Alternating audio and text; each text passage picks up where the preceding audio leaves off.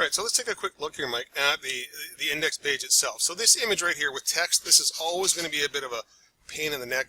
Basically what you need to do when you have text like this is create 2 or 3 versions of the image and display different versions at different resolutions. Because what happens here, obviously, is we scrunch this down here for a mobile device, it kicks over, and then you lose part of the text.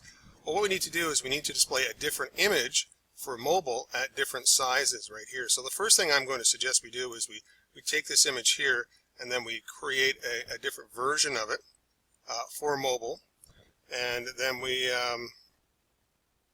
actually, let's see, let me do a couple of changes and tweaks here first and see what I can come up with.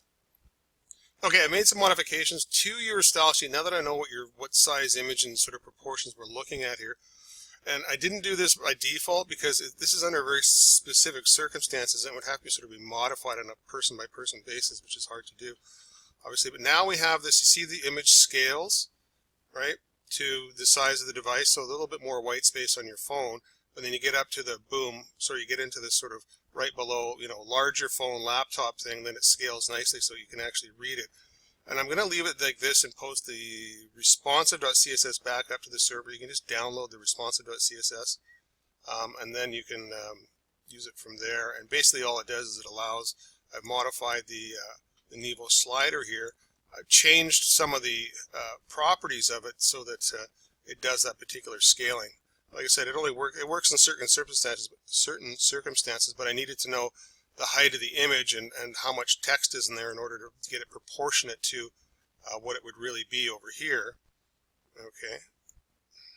Right, so everything looks good here now, looks good here now. Then we resize down and boom, it looks like this. A little bit of white space extra on the smaller devices.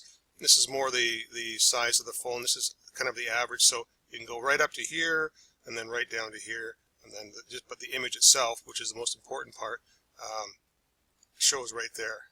And what I did is in the responsive.css, same image, I've just modified the actual background positioning and properties of it. But more importantly, I've